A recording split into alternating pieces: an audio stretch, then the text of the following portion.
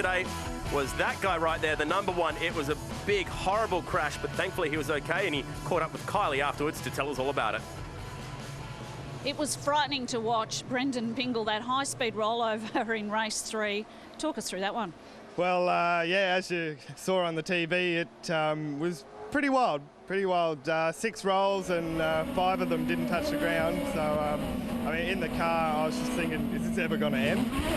I mean, it's a more wild ride than anything you'll get at Dreamworld. But no, we're all right. I feel fine, not real sore or anything. But the boys worked hard overnight to get the car back on the ground, and we'll be back out there for race 4. Yeah, you guys play for keeps out there sometimes, don't you? Oh yeah, it's you don't have number one by backing out. So it was basically go for gold, try and get round the incident that was happening in front of us. And someone else tried to go left as well, which unfortunately hit the back of my car and put it onto the dirt. As soon as it hit, it gripped in and over she went. The rest was history, or just a passenger. Will there be some tentative moments, do you think, at the start of the next one? Nah, go for gold. You can't let that hold you back. I mean, we've had a few incidences over the years, and you just got to get back up and go again. Well, best of luck with it. Thank you very much.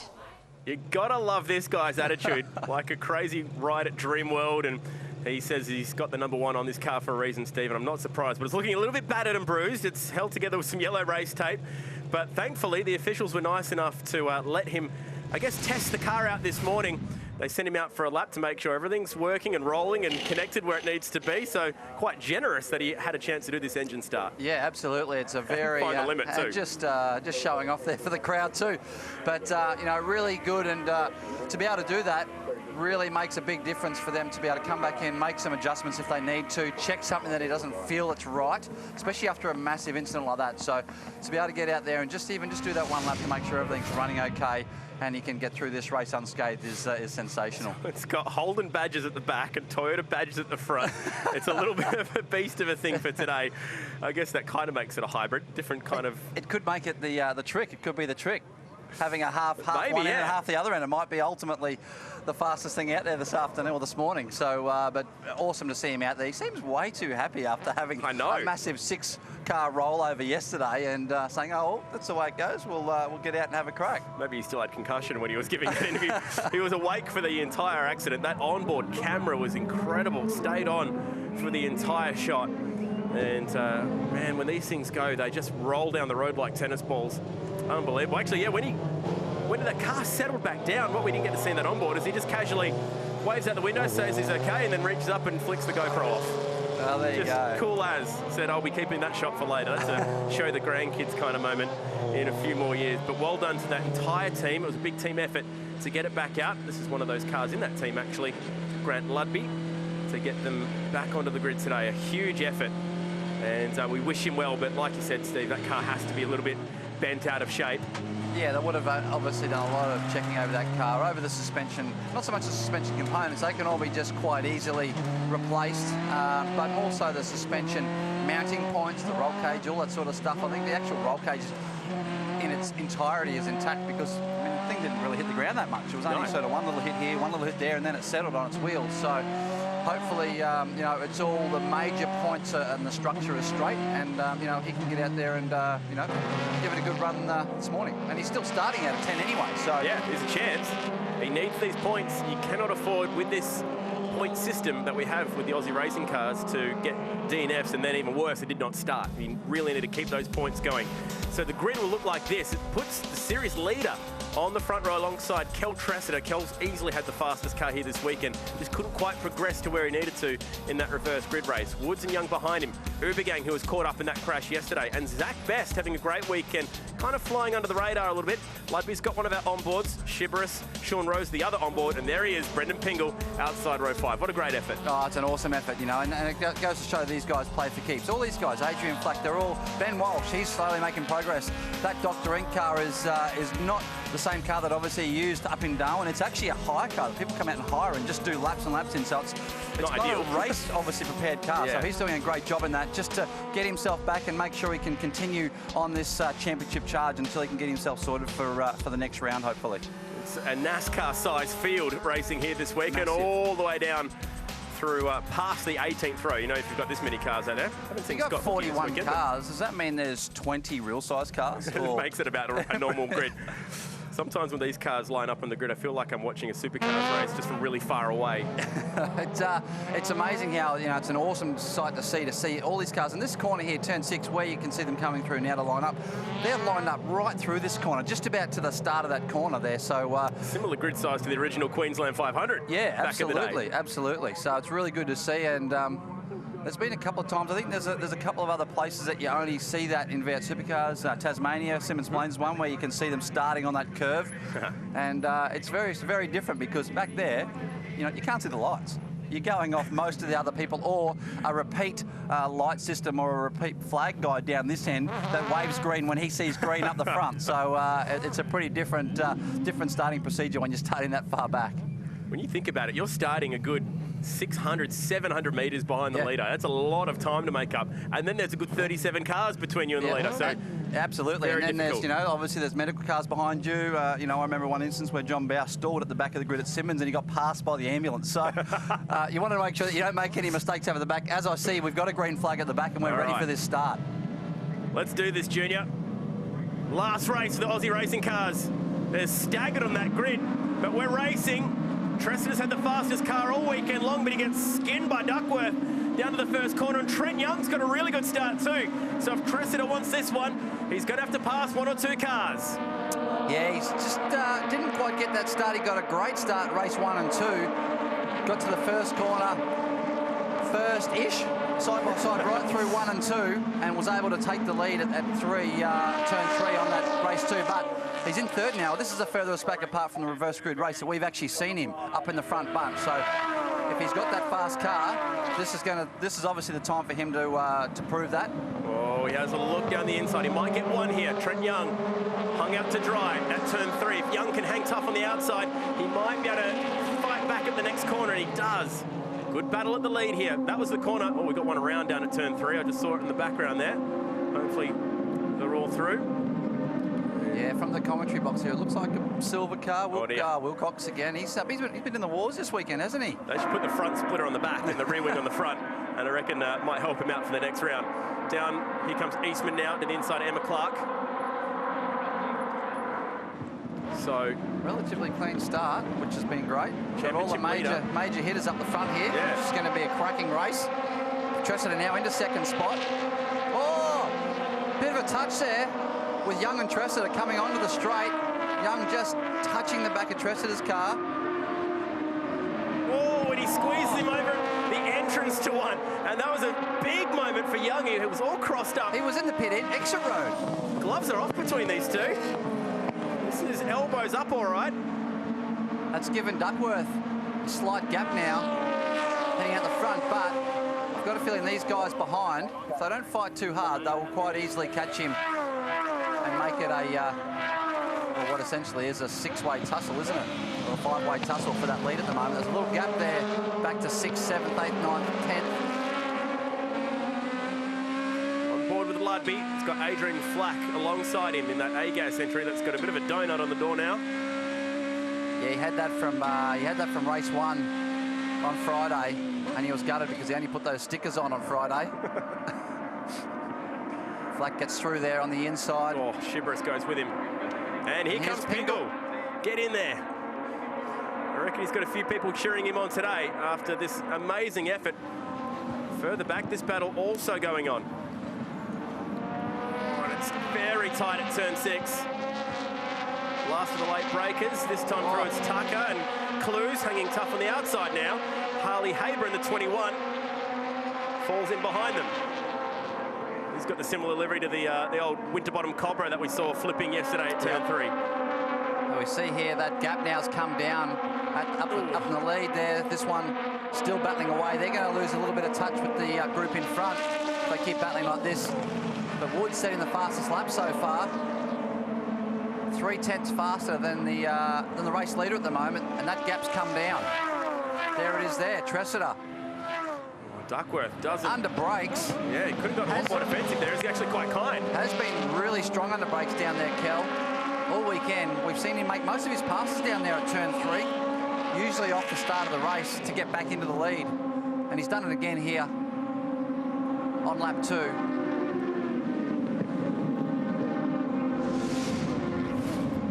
Okay, start. Replays right now. Bit of tyre smoke for Kel's car. Further back, it's good to see all 5 million of them rolling off the line. This is the touch at the end of that first lap.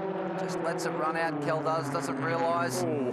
Young's still there, just tags that left rear. That could have almost been an instant lock we saw yesterday down the main straight. And then here, locked up over that floppy that distinguishes the pit exit from the racetrack itself. Totally legal, obviously, you can use that. I didn't know that was the technical term for that little device there. There it is. Yeah. You cannot hit that. If you come out of the pits, whether it be in an Aussie race car, V8 supercar, if you run over that little floppy there, that is an instant penalty. So obviously that's what determines the track limit. As we're on board now with Lubdy. Very close. Woods there. Duckworth going a little bit more defensive this time than he was in the last lap. Oh, Woods definitely late under brakes. A little bit of a right front lock up there, sorry. Able to get the job done. Now Tressida just checking out again. Like he did the last couple of days in race 1 and 2 when he did start from the pole position. Oh! Duckworth not letting them get away. This car of Duckworth looks a bit slow in a straight line. They're really all over him. I mean, he should be going, you know, onto the back of the wing in front of him here with that toe, but he just can't seem to range up next to him. And people drawing alongside him in the corners with ease at the moment. You can just see him there coming out of turn 5. Just lost sort of 1 to 2 car lengths, Aussie race car lengths, that is, behind Woods there. So it doesn't look like, and you can see him here, same again, losing down that straight. So I'm wondering if he's got a slight power issue there. He's lost a good 4 or 5 car lengths down that front straight, so he's definitely got some straight line handling issues. And being a track that is quite a horsepower track, it's not going to help him for this race. He's not halfway yet.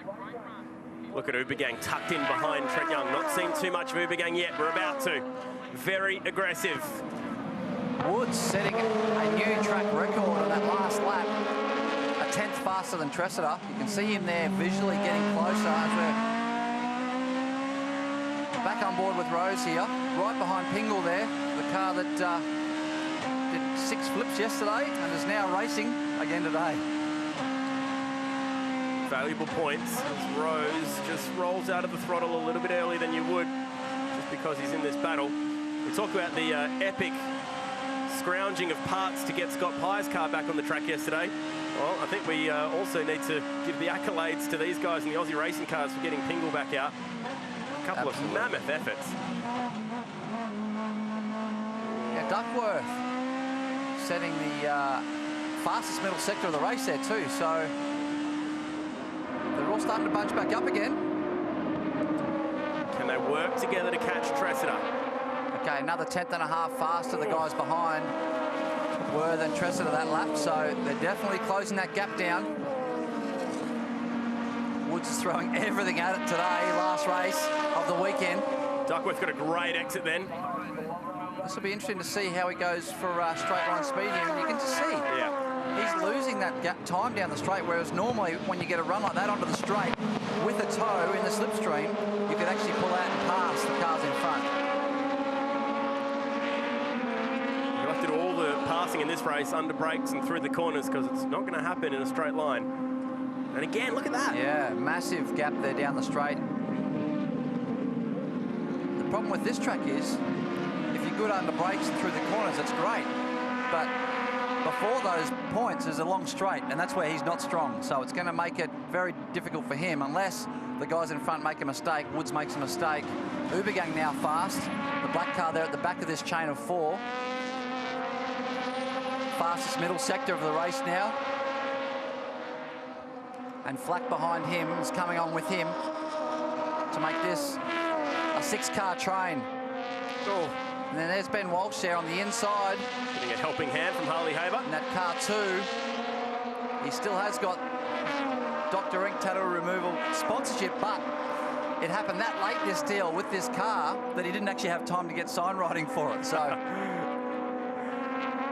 you can see him there doing whatever he can just to keep that sideways. It's Adams getting very sideways at the exit of 1. Slowly, he's been getting faster and faster in this car. Walsh, 3rd in the reverse grid race yesterday. He's real crossed up through here. Sideways.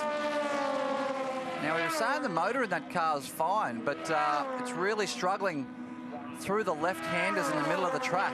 You can see it through the right-handers. It was actually sitting nice and flat. It was through the left-handers. It seems to be really picking up a wheel, like there might be some sort of issue with the chassis there. So he's just sort of doing whatever he can for the weekend, as we got a Young coming up the inside of Uber Gang here.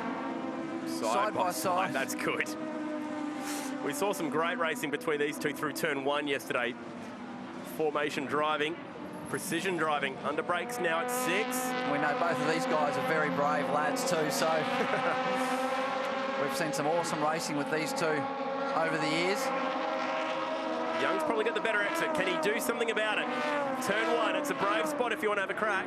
We've got Ruth Bowler there, just in that older style car. There's a lap car. Oh no, Haber. And not hard to see what's happened there. It's broken, and it's Walsh involved. They've come together.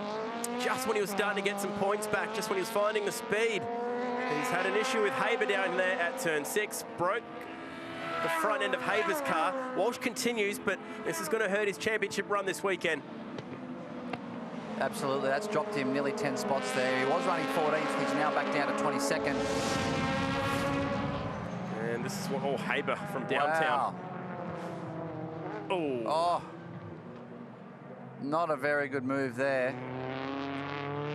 from Haber, who was our race winner yesterday in the reverse grid race and then got penalised for an illegal restart. So I think he passed 8 cars before he got to the start-finish line, which is not allowed. There is 5 laps to go next time by, and Woods is catching Tressida. Now the round honours, interesting right now. Kell, 243 points, would be taking the round win at the moment from Duckworth. So Duckworth in 3rd on the track, here he is. Can he pass 1 or maybe even get to the front to win this round overall? Or will Woods pass Tressida, and will that play into things here? It could do, absolutely. Although if Woods... big sideways for Young there. Wide out of turn 1. Now Flack's going to really push the point. The Camaro gets a great exit at 2. Bit of damage to the front of Trent Young's car from the opening lap squabble. Now you can see there, there's that slipstreaming we're talking about there that Duckworth can't do.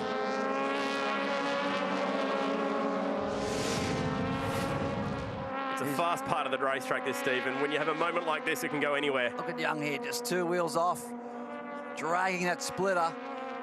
The backside and the dirt side of these curbs has been really dug away a lot from the cars running wide like that. So there's a big drop-off from the exit of the curb onto the dirt. Doing a great job there. We've seen a lot of people do that and spin, so great job to keep that under control and obviously keep fighting there with Flack, who's now past Young and he's up into 5th spot. Well, I'll tell you what, the track is quick this morning, isn't it? As we've got now 5 cars under the lap record, so that bodes well for qualifying in the supercars. Track very fast today so far, a lot quicker than we saw yesterday. No wind around, track temperature a bit cooler. So you do not want to miss qualifying for the Virgin Australia Supercars. It's going to be quick. Tressida now just takes that lap record off. Woods, who had it before, Duckworth had it before that.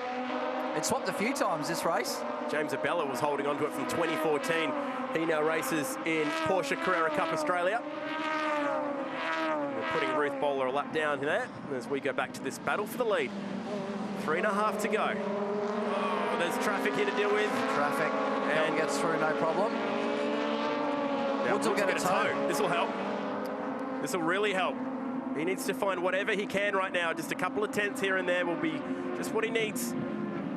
It's kind of like trying to get within DRS in Formula 1. Just needs to get close enough to pick up the tow off the back of Kell Tressida, and then you'll have a shot at maybe getting the win. Oh, Duckworth, the big loser here with the traffic. Yeah.